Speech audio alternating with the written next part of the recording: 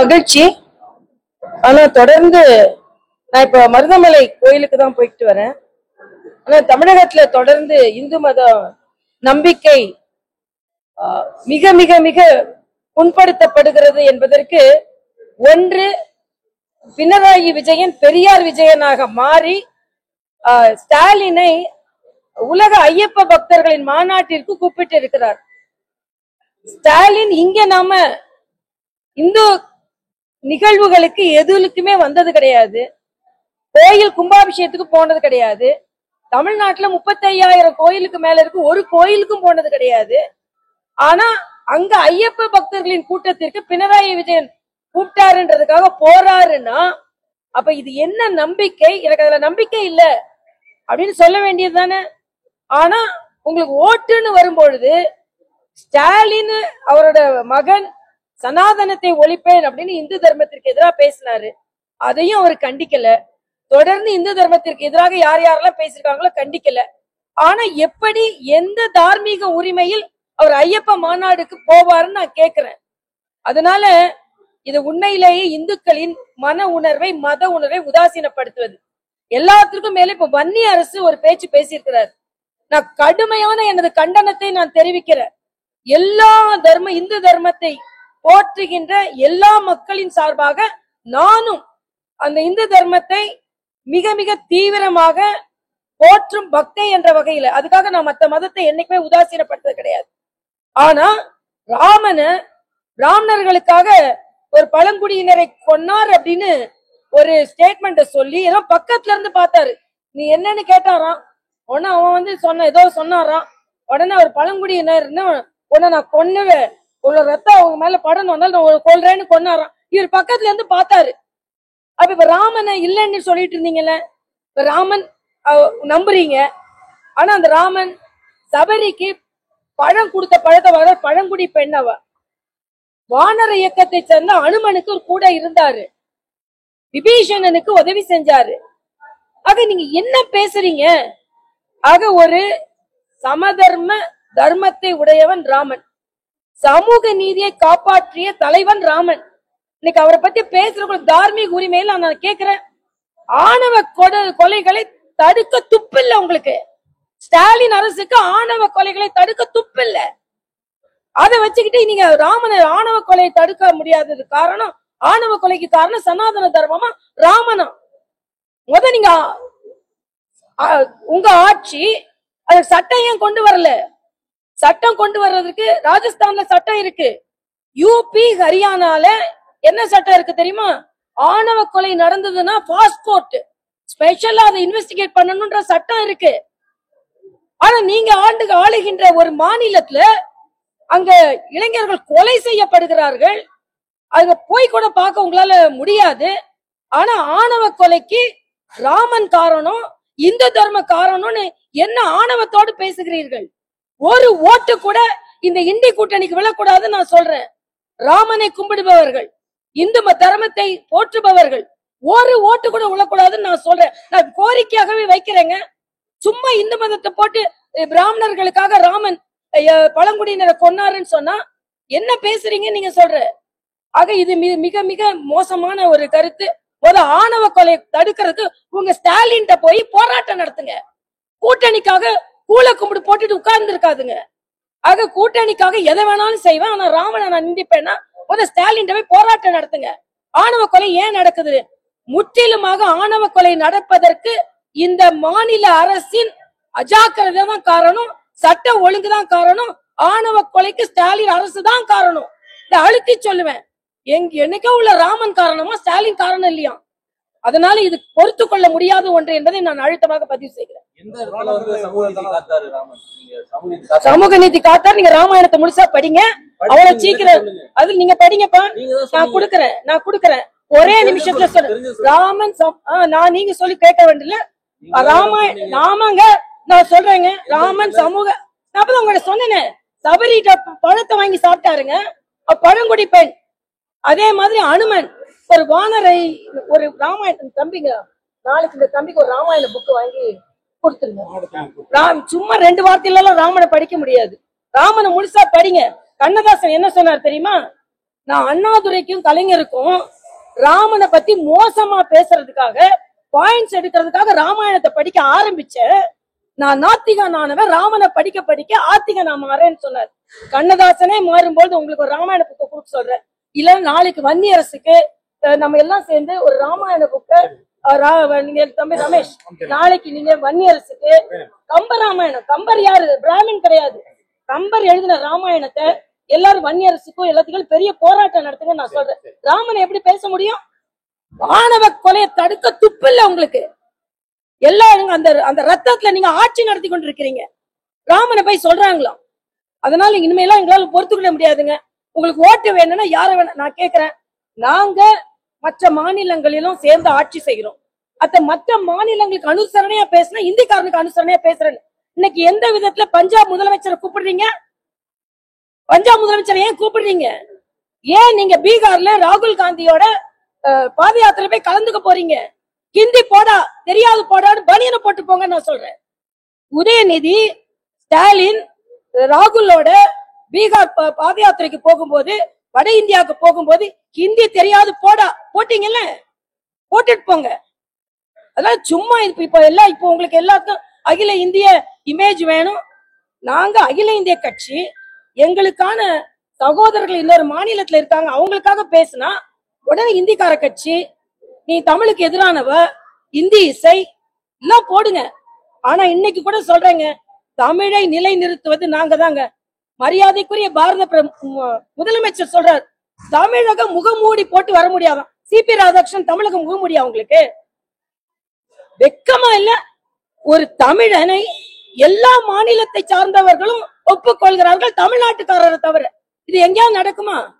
சந்திரபாபு நாயுடு ஒத்துக்கிறாரு, பீகார் ஒத்துக்குது, மகாராஷ்டிரா ஒத்துக்குது, மத்திய பிரதேசம் ஒத்துக்குது, காஷ்மீர் ஒத்துக்குது, மரியாதைக்குரிய அண்ணன் சிபிஆர். ஆனா அவர் பிறந்து வளர்ந்து 40 ஆண்டு கால அரசியல் செய்த ஒரு மாநிலத்தில் ஒரு முதலமைச்சர் தமிழக முகமூடியான். தமிழக முகமூடி இல்ல, உங்களோட தமிழ் பற்று என்ற முகமூடி தான் கிழித்து எரியப்பட்டு கொண்டிருக்கிறது. மூப்பனார் வேட்டி கட்டிய மூப்பனார் ஜனாதிபதி ஆகக்கூடாது. தமிழ் பேசுவோம், ஆனா தமிழர்கள் பிரதமர் ஆகக்கூடாது. அதே மாதிரி ஒரு தமிழன் அப்துல் கலாம் அவர்கள் அவருக்கும் ஓட்டு போட மாட்டீங்க. இன்னைக்கு இந்த மண்ணை சார்ந்த அண்ணன் சிபிஆர் இந்தியா முழுவதும் ஒப்புக்கொண்டிருக்கிறார்கள் தமிழ் மண்ணில் சார்ந்த சில சுயநல அரசியல்வாதிகளை தவிர. இதுல சமூக நீதி பாதுகாக்க ரெட்டி யாருங்க? சமூக நீதி பாதுகாக்கிறவரா? ஆனா அண்ணன் சிபிஆர் அவர்கள் சமூக நீதி பாதுகாக்கக்கூடிய ஒரு சமூகத்தில் பிறந்தவர். உங்களுக்கு வேணும்னா எப்படி வேணாலும் நீங்க தமிழக மக்களிடம் நான் ஒன்றை கேட்டுக்கொள்கிறேன், சமூக நீதியை பற்றி பேசுவதற்கு திமுக இண்டி கூட்டணிக்கு எந்த அருகதையும் கிடையாது. ஏனென்றால் அவர்கள் சமூக நீதி இல்லாத ஒருவரை ஆதரிக்கிறார்கள், ரெட்டி சமூகத்தை சார்ந்தவர் ஆதரிக்கிறாங்க. ஒண்ணு, அதுக்காக நான் சமூகத்தை சொல்லல. நீங்க தானே நீதிபதி தாண்டி அவர் வந்து இல்ல நான் என்ன கேக்குறேன், நீங்க இல்ல நான் சுருக்க வேண்டாம். நான் என்ன சொல்றேன், நீங்க தானே சொன்னீங்க சமூக நீதினு சொன்னீங்கல்ல, அப்போ பிராமண பத்தி பேசுறீங்க நீங்க. அப்ப ரெட்டி சமூகத்தை பத்தி நான் ரெட்டியை யாரும் குறைச்சே மதிப்பிடல. ஆனா அதே நேரத்துல நான் சொல்றேன், நீங்க தமிழன்னு நாங்க கேட்கிறோம்ல, அது ஒரு விஷயத்துல. அதே அவர் வந்து உயர் நீதிமன்ற உச்ச நீதிமன்ற நீதிபதியா இருந்தாரு, அவர் வந்து நக்சல்களுக்கு ஆதரவா இருந்தாரு அப்படின்னு மரியாதைக்குரிய அமித்ஷா அவர்கள் சொன்ன உடனே இவருக்கு நீங்க ஆதரவு கொடுக்கும் பொழுது சமூக நீதியின் பாதுகாவலராக இருக்கின்ற சமூகத்தில் பிறந்த ஒருவரை ஏன் நீங்கள் ஆதரிக்க மறுக்கிறீர்கள்? ஒரு கேள்வி. ஸ்டாலினுக்கு ஒரு கேள்வி. இரண்டாவது கேள்வி, தமிழர்கள் என்று சொல்லி, ஏன்னா சமூக நீதி காவலர் என்று நீங்கள் சொல்லிக் கொள்ள முடியாது. ஏன் எதுக்கு நான் அதை சொன்னேன்னா, நீங்க சமூக நீதினு யார சொல்றீங்க? அந்த சமூகத்தை பிறந்தவரை விட்டுட்டு நீங்க சமூக நீதியை பற்றி சொன்னாருன்றதுக்காக பிறந்தாரை விட்டுட்டு சமூக நீதியை பற்றி சொன்னார்னு ஒருவரை நீங்க ஆதரிக்கிறீங்க பாருங்க. அதற்காக நான் சொன்னேன். அதுக்காக ரெட்டி சமூகத்தை எதிர்த்து நான் பேசுறேன், தயவு செய்து போட்டுறதுங்க. மறுபடியும் நான் சொல்றேன், எல்லா சமூகத்தையும் சொல்லும் போது சமூக நீதி பாதுகாக்கப்படுகின்ற அந்த இனத்துல சமூகத்துல பிறந்திருக்காரு, அவர் சமூக நீதியை பத்தி பேசினார்னு மட்டும் சொல்றாங்க, புரியுதா? அதனால நான் சொன்னேன். அதனால சமூகத்தை எதுக்குமே நான் சொன்னதுல தயவு செய்து அப்படி போடாதுங்க. ஜாதியை பத்தி நான் பேசல, ஏன்னா சமூக நீதியில் பிறந்தவர் அண்ணன், அந்த சமூகத்துல பிறந்தவர். ஆனா சமூக நீதியை பத்தி பேசினவரை நீங்க இன்னைக்கு சமூக நீதி காவலர்னு சொல்றீங்க. ஒண்ணு. ரெண்டாவது நான் சொல்றேன், தமிழர்களுக்கு நாங்கள் காவலாளர்கள், தமிழர்கள் எங்களுக்கானவர்கள் அப்படின்னு சொல்றீங்கல்ல, தமிழர்களுக்கு நாங்க பாதுகாவலன்னு சொல்றீங்கல்ல. ஆனா தமிழர்களை ஒன்று குவித்த திராவிட முன்னேற்ற கழக காங்கிரஸ் ஒன்று, இன்னொன்று பச்சை தமிழனான அண்ணன் சிபிஆர் அவர்களை நீங்கள் ஆதரிக்க மறுக்கிறீர்கள். அதனால் தமிழ் பற்று என்ற தமிழ் பற்றாளர் என்ற முகத்திரை கிழிகிறது. இன்னொன்று, நாங்க வேறு மாநிலத்தை பார்க்கவே மாட்டோம், வேறு மாநிலக்காரங்க எங்களுக்கு வேண்டாம், தமிழ்நாடு சுயாட்சி தான் எங்களுக்கு வேணும்னு சொல்லிட்டு இன்னைக்கு பீகாருக்கு போறீங்க, பஞ்சாப் முதலமைச்சரை கூப்பிடுறீங்க. அப்போ ஒரு அகில இந்திய கட்சியாக நாங்கள் மற்ற மாநிலத்தவரோடு இணக்கமாக இருந்தால் இந்திக்காரன் சொல்றீங்க. ஏன் சொல்றீங்க? ஹிந்தி தெரியாது போடான்னு பனியன் போட்டீங்கல்ல, பீகாருக்கு போகும்போது பஞ்சாபுக்கு போகும்போது அந்த பனியனை போட்டுட்டு போங்கன்னு நான் சொல்றேன்.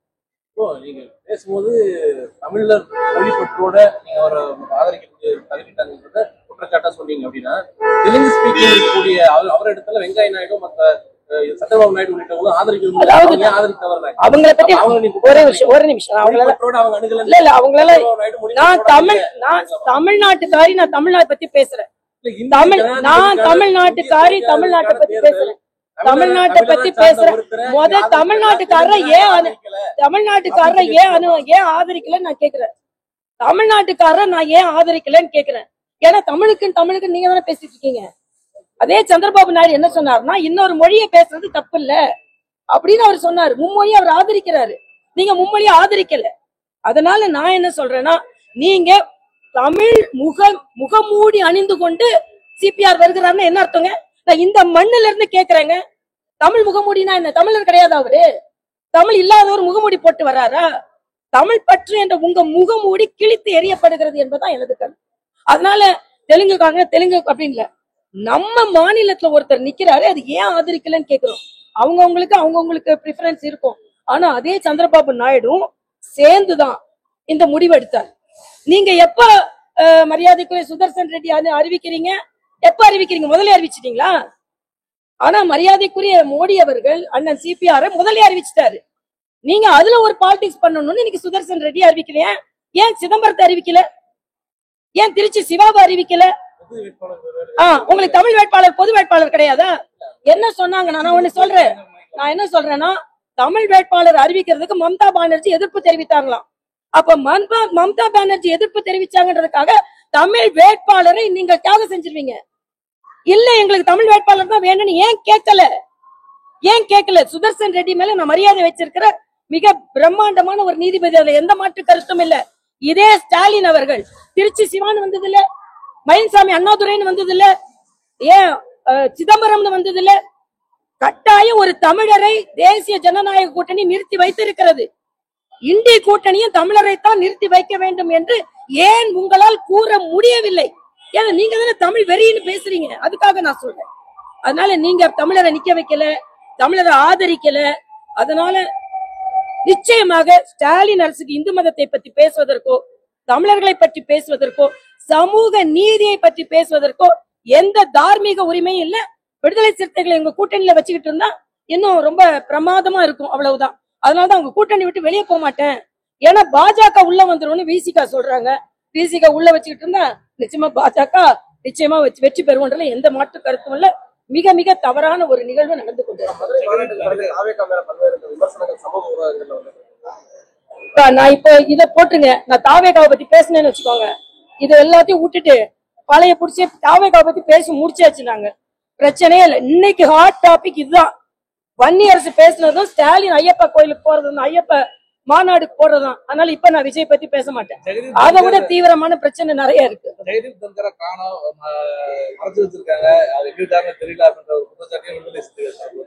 சரி, போய் பார்க்க சொல்லுங்க. இப்ப விடுதலை சிறுத்தைகள் தங்கர் மேல என்ன ஆசைன்னு நான் கேக்குறேன்.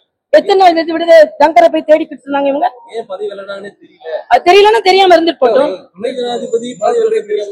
இந்தியா முழுவதுமே நான் என்ன கேக்குறப்போ, அண்ணன் சிபிஆர் இன்னைக்கு துணை ஜனாதிபதி ஆக்குறது உங்களுக்கு அவ்வளவு கசக்குதா? உங்களுக்கு எல்லாம் இவரை வரக்குது உங்களுக்கு கசக்குதா? நீங்களா தமிழர்களான்னு நான் கேக்குறேன். அப்படி நீங்க என்ன வேணாலும் சொல்லிட்டு போங்க, எங்களுக்கு ஆமா, நீங்க என்ன வேணாலும் சொல்லிட்டு போங்க. ஒரு தமிழருக்கு வாய்ப்பு கொடுக்க வேண்டும் என்று நாங்க தமிழருக்கு வாய்ப்பு கொடுத்திருக்கிறார் மரியாதைக்குரிய மோடி அவர்கள். டங்கரை போய் தேடுன்னா போய் கேளுங்க, டங்கர் எங்க இருக்காருன்னு பாருங்க, போய் தேடுங்க. யாரும் ஒண்ணு சொல்லல, அதெல்லாம் நாங்க சொல்லி நாங்க இப்ப வேட்பாளர் தான் பத்தி பேச முடியும், ராஜினாமா செய்தவரை பத்தி பேச முடியாது. துணை ஜனாதிபதிக்கு நீங்க ஆதரவு கொடுங்க, அதுக்கப்புறம் ஜனாதிபதியை பத்தி பேசலாம். துணை பிரதமருக்கான வாய்ப்பு இருக்கா? துணை குடியரசுக்கு ஆதரவு கொடுங்க. அப்ப அதுக்கு ஒரு காரணம் சொல்வீங்க, சமூக நீதி எங்க தேடி தேடி கண்டுபிடிப்பாரு. ஏற்கனவே வாஜ்பாய் இருந்தப்ப துணை பிரதமர் அத்வானி இருந்தாரு, அதுக்கு பிறகு துணை குடியரசுத் தலைவருக்கு ஆதரவு கொடுங்க, அதுக்கப்புறம் நீங்க கேள்வி கேட்கலாம். இருக்கிறத விட்டுட்டு பள்ளி நிகழ்ச்சியில அனுராக் தாக்கூர் பேசும்போது விண்வெளியில முதல்ல பறந்தது அனுமன் சொன்னாரு. பள்ளி நிகழ்ச்சியில இந்த ஸ்டேட்மெண்ட் சொல்ல நீங்க இருக்கீங்களா? பள்ளி நிகழ்ச்சியில எங்க என்னெல்லாம் பேசுறாங்க, அவரோட நம்பிக்கை சொன்னாரு, அவர் நம்பிக்கை பேசினாரு, அதுக்கப்புறம் விண்வெளி வந்ததுன்னு பேசியிருக்காரு. அதனால ஆமா, அறிவியல் விஞ்ஞானமும் மெய்ஞானமும் இணைந்ததாங்க, விஞ்ஞானமும் மெய்ஞானமும் இணைந்ததுதான், விஞ்ஞானம் மெய்ஞானம் இணைந்ததான். முதல்ல நீங்க வன்னி அரசுக்கு பதில் சொல்லுங்க.